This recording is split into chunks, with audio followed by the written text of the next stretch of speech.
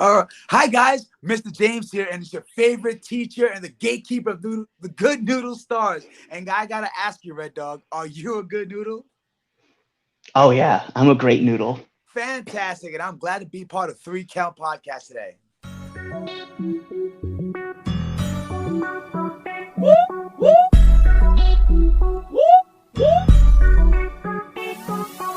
I'm in fashion, roll with cold passion. Welcome everybody to another great edition of the Three Count Podcast Presents. Now entering, this is season 4 because we're just kicking it off right now. And after our first episode for season 4, so it's our 300th and something episode, right? I would think you would just say it with me. I am your Sherpa because, like your tribal chief, acknowledge me. But like every good Sherpa, you gotta have someone who's been there, done that, and can do it more efficiently than you can. And that's why it's never about me. It's about who's entering the ring. So who's entering the ring today? You can find this man at HOG. You can find him at Hog. That's right. SSW Outlaw, SAW, SWF Project Code Name, TOS. You can find him at PPW. You can find him at Camp Leapfrog, which is where I think I first saw you. You can find him at VAX. You can find him on Impact. You can find him at WrestlePro. You can find this man everywhere. He is your favorite teacher. He is my favorite teacher. He is Mr. James. Hi class, how's everybody doing today? And I gotta say, Red Dog, you are really good at your history lessons.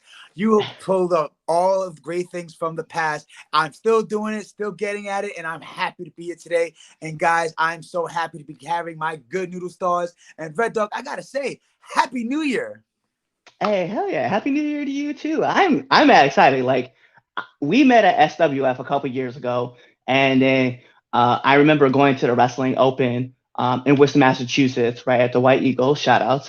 And I was there hanging out, and I saw you, and I was just like, oh, because I was feeling like I was gonna be at this place where I was like not gonna know anybody. And so when I saw you and I saw Diego, I was like, it's a couple people I actually know. I'm super hyped for this. And then like so yeah, no, it was great to get to run into you, get to chat with you, get to pick your brain a lot while we were there at the show. And just one, I want to tell you like thank you, just for like helping me like while we were at the Wrestling Open. But then also like this is the fangirl moment of me, right? Because like when I met you at SWF a couple years ago, I started following you a lot closer and just like checking the stuff that you were doing and like just become like a massive fan. So that's the fan moment in me that I wanted to put out there. But yo, I just wanted to say, yeah, thank you, one, and thank you for coming on the show. I'm happy to be here. Happy to be here. So, aside from being on like the inaugural Hispanic and Latino list, like what else, man? Like what else does the great teacher, the good teacher, and the leader of the good noodles like brings? Like what brought you into the business? I'm just always curious about this. It's gonna sound funny, just like everybody else. It always starts with watching something when you're young, and when you grow up, you're experiencing like I just want to live the dream. It never just it didn't bring me in. I found it. Like I luckily I just found pro wrestling. I was always a fan of pro wrestling as a kid growing up, and being able to do what I'm doing right now is so surreal still. It's one of those things where it's like everybody has somebody to like introduce them to it, right? Because like for me, it was my tia, man. Like we used to sit around in Colorado, and she wanted me to watch something to experience it with her, right? And I was into cartoons, and she wasn't. So we ended up watching wrestling. Like the first moment that brought me into it was actually Jake the Snake Roberts letting the Cobra bite Macho Man, and I'll never forget that moment. And it's like Mm. it's those things that you're like, I have to find a way that I want to be able to do this, right? And sometimes we fall out of love with wrestling, but we find our way back to it. And I always think about like those first moments that kind of bring people in, and it's like it's always surreal when you meet people who have similar stories to like the way you do.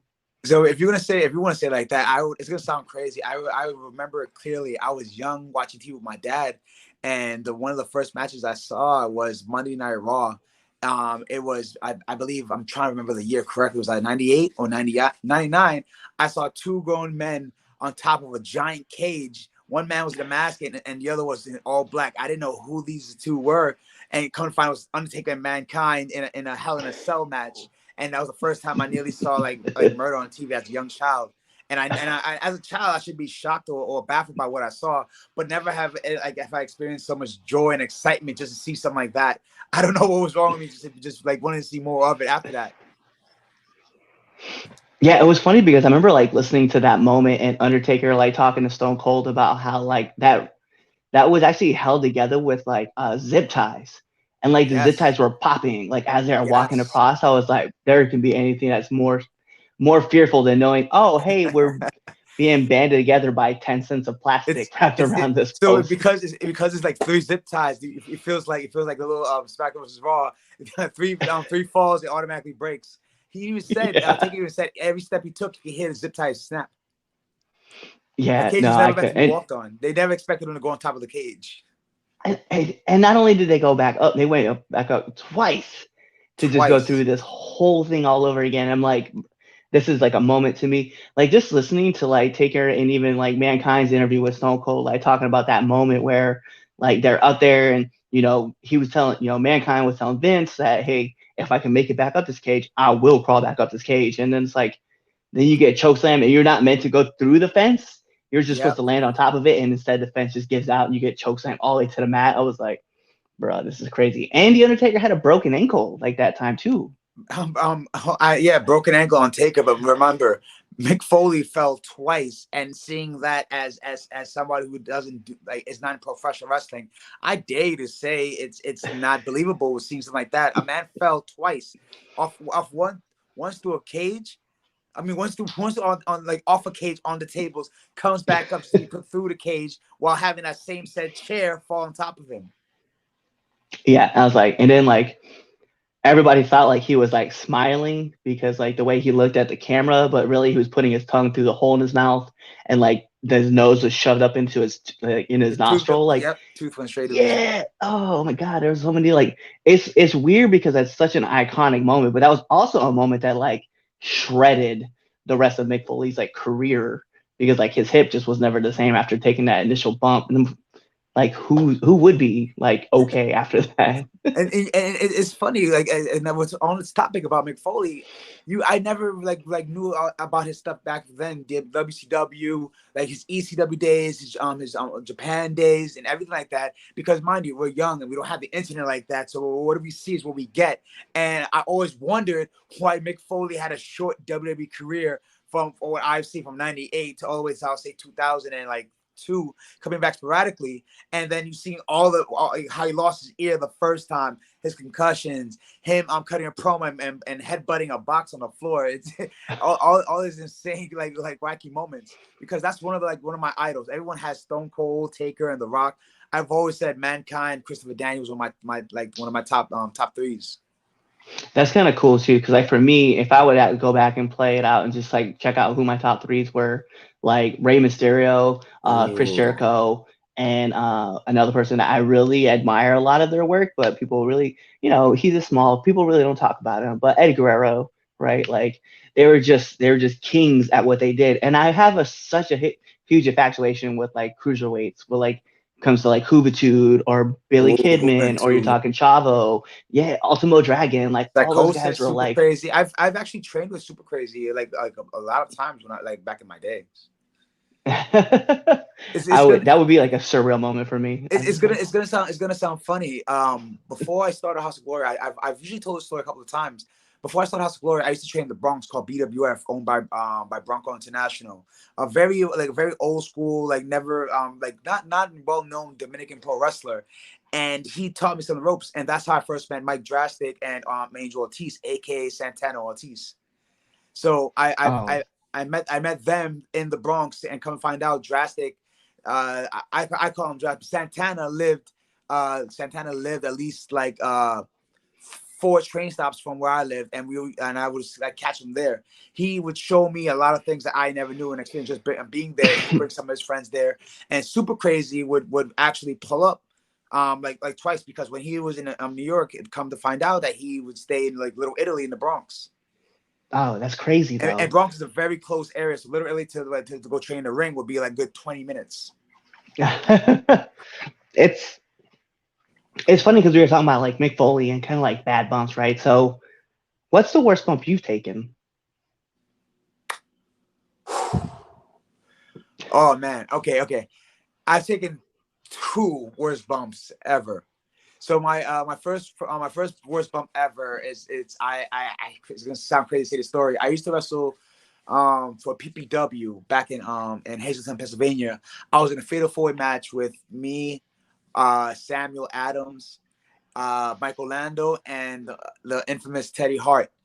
I went for a spaceman plancha to the outside. Teddy was nowhere to be found, and I was coming straight down. Now, Michael Lando, God bless his soul, try to catch me. I accidentally need him in the side of the head, and because I need him, Mm. it changed my trajectory from coming straight down, turning sideways, while I landed sideways outside. So all I had was a bruised hip, but I came out unscathed.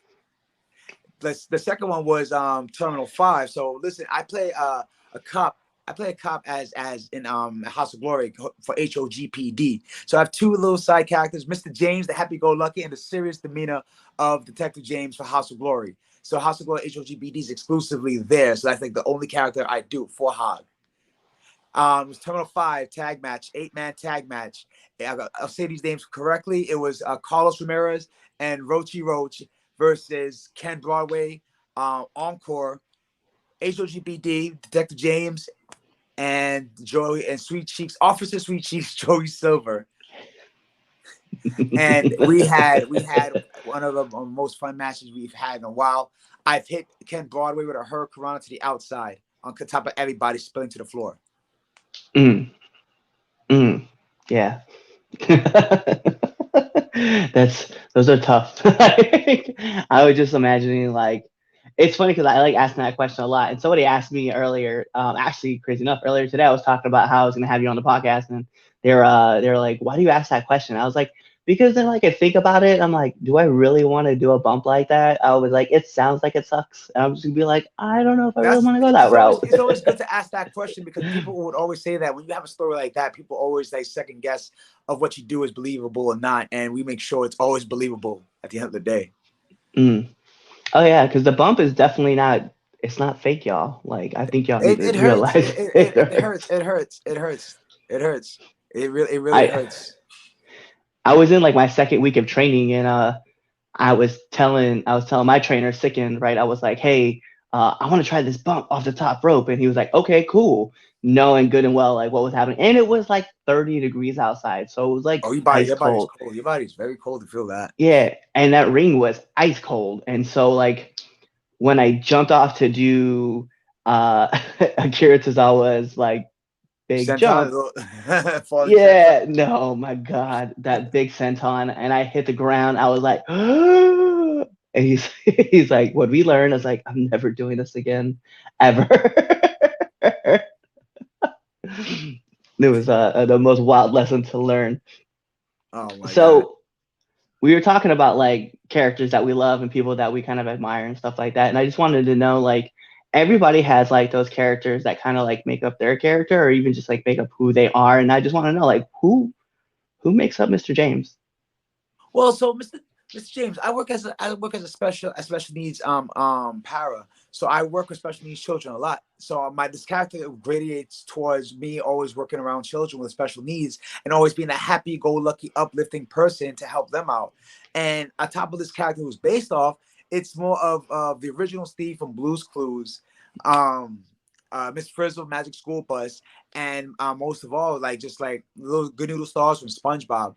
It's like little things you wouldn't expect because that's like something we grew up around. That's like the our era where you can act like childish and have a good feel of what it used to be like because not everybody has the nostalgia feeling as much to be something silly but still serious. Because I was even approved by Loki when he saw this character Russell. Mm. So it's a surreal feeling on how this like this character came about with everything that I've done and shown from being the serious man you can trust to now the this guy that you seeing now handing out little good noodle stars that more adults want than kids. Yeah, it's funny because like and it's weird also because like and I'm one of those people. I was like, oh, I can't wait to get started one time. And like when we were at the wrestling open and that happened, I was like, I now know what everybody else feels like when this happens. I was like, part of me was like all like inside, like a little like bubbly, but then on the outside, I was like, I gotta play a heel still. I gotta like try to sell this out, and I can't not laugh while I'm doing this, and that's why I think. I know everyone always say they don't want to laugh, but I always welcome it. Sometimes I try to bring it out of them too.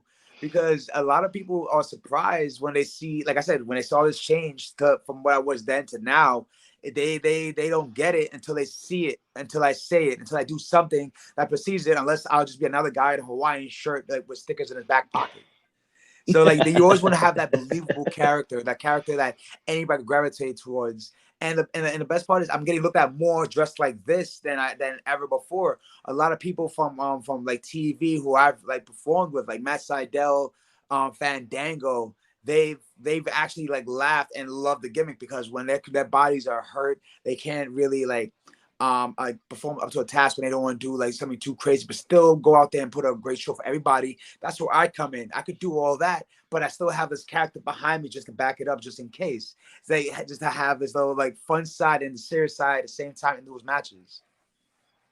See, it was something that like I kind of pulled away from our match too, because it was something I had been playing with the idea for a long time. Was that I wanted so my character, right, just on the full end to everybody who's wondering, is a mercenary, right? And instead of playing out to like the same old stereotypical mercenary side, I was like, yo, but I was in the military for for 6 years. It's like, and anybody who was in the military understands like we're not always like these like stoic dudes who just like very straight face, stone edge, right? Made of like concrete. We just don't break. No, we have like this very like dark humor and we find a lot of shit funny. And so like for me, it was like I wanted to play more into that idea. So when a lot of people ask me now, like, well, who's your character? I was like, well, it's like Deadpool meets like the wrestling world, and it's you're pretty close to where I'm at. And now like I started playing around with other ideas because there was a lot of things you did, and it was something that kind of clicked in my head too, because we had a sequence and you had jumped and you had did the pose, The little and pose.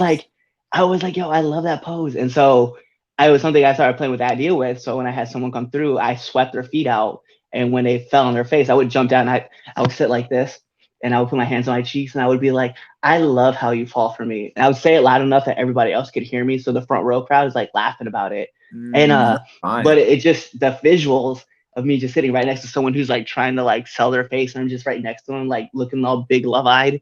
I was like, yo, this is exactly what I'm looking for. So like I wanted to kind of also like bring on the show to kind of just be like, hey, I just want you to know, man, like you're like a big inspiration to like this side of the character as well. No, I appreciate that, and that's what you always want. Like no matter what, even not every match is gonna like be like serious at the start. In a sense of, yes, you want to win, but you still want to like tell a story about who you are, and then tell it in a way that it's still believable. And it's fine. That's fine. Like Deadpool it was playful all the time, but when you get serious, that's becomes a problem. Once the sticker goes on your forehead, then it's time to go. You have to Yeah. have a way to balance it out. Where even Chris Jericho said it. It's okay to have ha in the beginning, but then you have to come down to it. Serious needs to get started. Facts. So listen, I love asking this question because there's a lot of great knowledge that gets passed down from time to time. Well, I don't say from time, all the time. We've had, I don't know, 302 episodes now. I don't know who's Wow, counting, but nice, good job. one of my favorite appreciate one of my favorite questions to ask is, what's one of the hardest lessons that you've had to learn being in the business? Hardest lessons. Hmm. Uh, Talk less, smile more. It's a Just great Hamilton just like reference. it's always gonna be hard. You're always gonna get like shifted around and whatnot, and you just want to just like listen, like don't like stand your ground, yes, but just like listen, just be coachable. Don't argue on with somebody who has more experience than you. Don't act like you know more than that person who has more experience than you. Take everything like a grain of salt. Like just like do everything you can to gain as much knowledge as you can, and like don't cut anyone off from what they're trying to tell you. Don't brush them off. Don't act like you're better than off camera. I like that. I like You that a just be lot. genuine. Yeah, and I think that's the most important part is where like I feel like a lot of people just in life, right? Just normally too, they just there's something about them that gets built up and then they start believing their own hype. And it's like, even Scarface said it, right? Like don't get high on your own supply. And it's like one of Hmm. those things that you kind of have to like remember, like in this world, like the best thing that we can do is just be humble and like Hmm. be grateful. And I think those are very important lessons. And I love the fact that you said the first thing, I love the fact that you know, quote Hamilton because you should smile more and talk less. You know. So, listen, one of my other favorite questions to ask too is, you've been in a lot of different locker rooms. You've been around for a little while, and I just need to know what is one do and one don't of the locker room. Uh, I don't. Well, it depends. It depends how you come off as a person. Because in locker rooms, I'm not really the quiet type most of the time. I'm the one that's always like showing the energy, hype up, beating everybody, sitting down, conversating. Just treat it like literally. I would say treat it like school. Treat it like school. You can see how people are sitting in groups. You're gonna see how people have their little cliques and whatnot, and that's fine. Find a way to to approach them without sounding weird. It's like every Diary of a Wimpy Kid movie, how they try to impress somebody by not being themselves or trying to like be over the top. That kind of like gives them a little ick. Just I would just say just be genuine. Just, like go up to like someone and just like talk to them. Because if you've done nothing wrong to anybody, there's no way they should feel some type of way towards you. I like that. That is Wrestling is honestly school. If you think about it, next time you go to the locker room, look around you.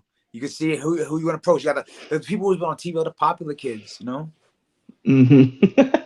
there is a lot of, there's a lot of people. It is funny, like when I think back about it, and I just think like first word that comes to mind when I think of like being in school is like teachers' pets, and there are definitely a lot of those around, and I'm just like watching. I'm just like, okay, just take the notes, just follow the instructions, just do what you're told.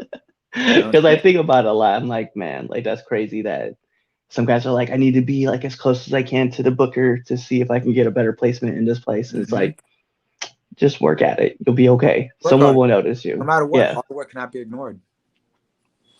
I love it. So listen, like those are all my heavy hitting questions. So I do want to get into the best segment of the Three Count podcast. A lot of people remember it used to be the Red Dogs Power Rankings that you can find every Sunday on our debate show, but because I refuse to acknowledge that they're retired, it's not going to happen, Chaz. But this is the Three Count podcast, 10 count questions. And here's how it works, Mr. James. I'm going to fire off 10 questions at you rapid fast. And whatever your answer is, that's your answer. Okay. I'm ready. So we're going to put it on the imaginary timer for added pressure. Bing. And in the words of Mike Goldberg, here we go. SmackDown or Raw? Raw. Favorite subject? Math. Marvel or DC? Marvel. Favorite movie?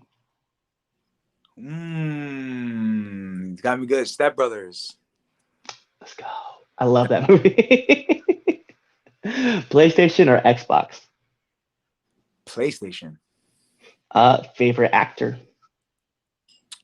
Favorite actor? Ooh. Tobey Maguire. It's a good one. Apple or Android? Both. Can't believe you both. Uh, Apple. Okay. Favorite podcast? Well, right now, what I'm doing is Three Count Podcast, and I gotta say right now, it's one of my favorites. And I gotta say, because of Three Count Podcast, I really do believe the Three Count Podcast deserves a good noodle star. Yes, we got a good. We're a good noodle. All right. So nominate one person that you want to see on the podcast. Nominate. I would say Diego. I love Diego. Actually, we had Diego on. It was funny. We had a He was great on. conversation. Oh, Yeah. nice. Okay, so if I could recommend somebody else, it would be there's somebody who's up and coming right now in the wrestling game. His name is Hillary P. Wisdom. He's an up and coming guy right now from Hospital as well. You can find him on Instagram at Dr. HP Wisdom. I love it. And we are definitely going to get him on the show as well. Last one, my favorite question asked every single person who comes on the show, favorite curse word? Ooh, it would have to be the F word. Right. I agree. Like the Fudge. F word is definitely one of the best words. Yes. All fudge. Friendship. That's my favorite F word. Fun for me. So listen, those are all my questions and stuff. So the last thing I need is for you to let our viewers and our listeners know where they can find you. Hi guys, so you can find Mr. James next weekend, next week, and Friday and Saturday at SWF. Saturday at Remarkable Pro Wrestling. You can catch me at Evander James __ for Twitter and Instagram, as well as Hey, it's Mr. James on TikTok. You can find me there. And make sure you come see me, say hi, and make sure you're a good noodle to get a good noodle star. And when you see Mr. James, make sure you message me a good thumbs up. Well, there you have it. He gave you all his handles. He even told you where you can find him. So what does that mean? Like every great part of a wrestling match, we got to take it home. Because this is the 3 Count Podcast presents Now Into Ring, and I'm your host, Clifford Red Dog Miller, the man that leads you up this mountain called wrestling. But like every good Sherpa, I think myself, it's never about me. It's about who's into the ring. So who's into the ring? You see him right there. Everybody's favorite teacher, Mr. James. And you guys know what that means. Tune in to the next episode and be there. Or you're legitimately just following us on all of our social media platforms. You're even subscribed to our YouTube channel. You're following us on Spotify. You're leaving those 5-star frog/reviews on Apple Podcasts. You're even buying our merch right there, which is going to be found on foryourwear.com /the 3 Count Podcast or 3 Count Pod. We haven't decided yet. We haven't made that yet, but that is going to be a thing. Or you can just go check us out on prowrestlingtees.com. Last but not least, you're telling all your friends about us. You're commenting. You're doing all this great stuff. Or you're really just kind of waiting for the episode to end. You're waiting for the outro. And then you're choosing another episode to listen to. Ooh. Peace. Bye, guys.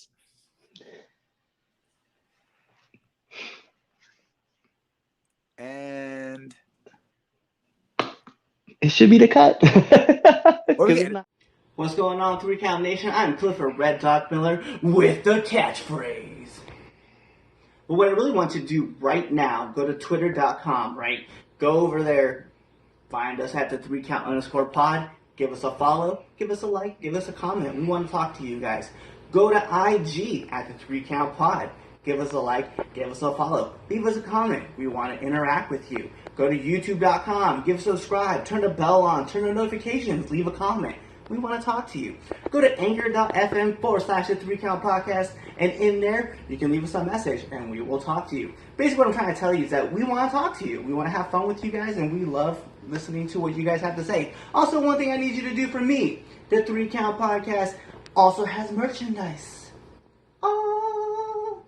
At prowrestlingtees.com /the 3Count Pod. Please go buy our t-shirts. We love you guys, and we hope you love us too. So show us some support, please.